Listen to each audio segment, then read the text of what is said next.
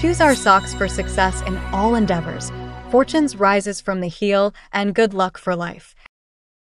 Good morning. Today is Wednesday, October 23rd, 2024. Today in history. On this day, 84 years ago, Pelé, the legendary Brazilian footballer, was born. He joined the Brazilian national team in 1957 and got 3 World Cups in 1958, 1962, and 1970, making him the only player to permanently retain the Jules Rimet Cup. Pelé is celebrated as the king of football by FIFA. Today also marks Frost's descent, one of the 24 solar terms in the traditional Chinese lunar calendar, characterized by colder mornings and evenings, hotter afternoons, and noticeable autumn dryness. Welcome to today's Qingchao Morning News. Let's start with political updates.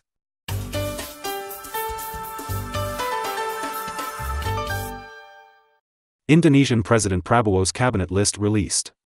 According to Indonesian News, on October 20th, 73-year-old Prabowo was sworn in at the Jakarta Parliament building, succeeding Joko, who had been in power for 10 years, and officially began a 5-year presidential term. He announced the cabinet list at the presidential palace, retaining several original ministers, including Finance Minister Sri Mulyani, Economic Affairs Coordinating Minister Erlangga Hartarto, and Energy and Mineral Resources Minister Bahlil Lahadalia. Prabowo emphasized that national unity and food security are the new government's top priorities. He expressed confidence in achieving food self-sufficiency and becoming a global food supplier within 5 years. Additionally, he indicated plans to continue some of Jokowi's policies, such as mining regulations, promoting the downstream development of key minerals, and banning the export of minerals like nickel ore.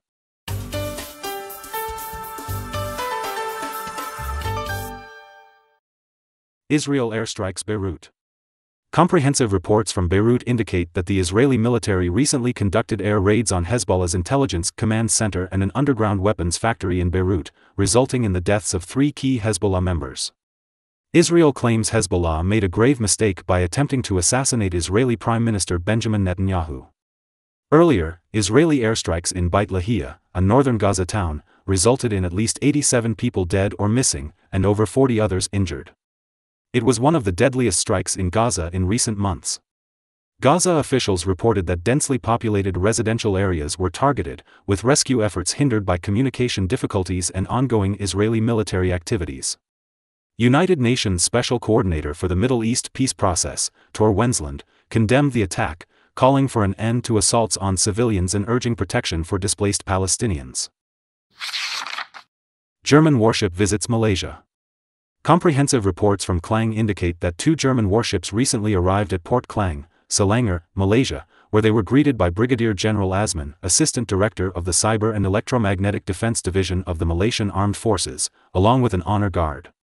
German Ambassador to Malaysia, Peter Blomier, stated that the 2 warships have been navigating the Pacific and Indian Oceans since June and are scheduled to proceed to the Lumut Naval Base in Perak, Malaysia, for transit exercises. It is noted that the last visit by a Chinese warship to Malaysia was in 2002. Sources familiar with the situation suggest that Germany is set to strengthen its cooperation with Malaysia in the near future. Currently, over 700 German companies are operating in Malaysia.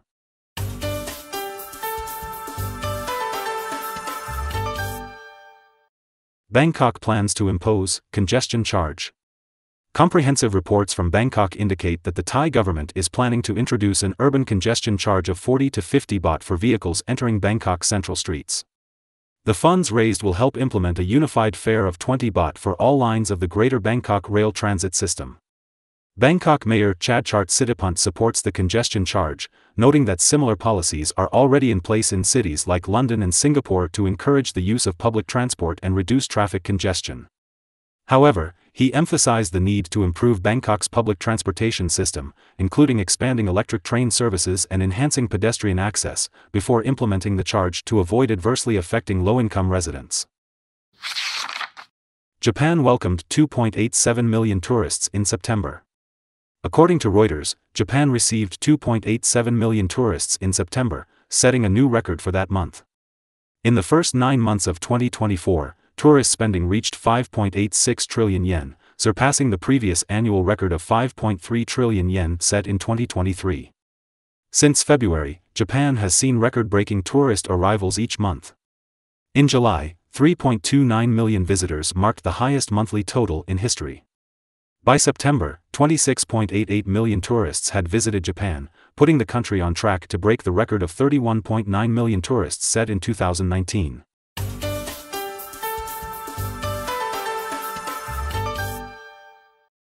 Johnson & Johnson ordered to pay $15 million over talcum powder. According to Reuters, a U.S. jury recently ordered Johnson & Johnson to pay $15 million to a Connecticut man who claims he developed mesothelioma, a rare cancer, after years of using the company's talcum powder.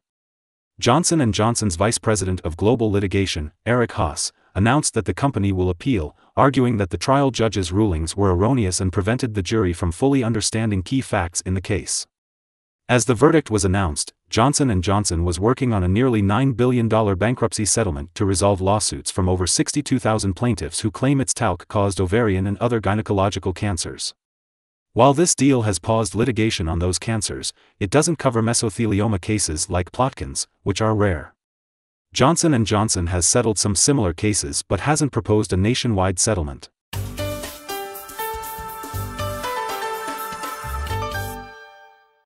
South Korea experiences Hong Kong craze. According to Korean news, following Han Kang's recent Nobel Prize for Literature win, South Korea is experiencing a Hong Kong craze. Her works dominate the bestseller lists across major Korean bookstores. In Kyobo Bookstore, 7 of the top 10 bestsellers are her books, and on the online bookstore Yes24, all top 10 spots are occupied by her works. Industry experts note that Han Kang's achievement has not only boosted related industries but also sparked renewed interest in reading. The reprinting of her books, if totaling 500,000 copies, would require around 300 tons of high-grade white photographic paper. This surge in demand is expected to benefit both the publishing and papermaking industries in Korea for some time, increasing the production and consumption of paper books. According to the Wall Street Journal, spot gold and COMEX gold futures recently hit a record $2,700 per ounce for the first time. That's all for today's Ching Chow Morning News. Thanks for watching. Join us at the same time tomorrow.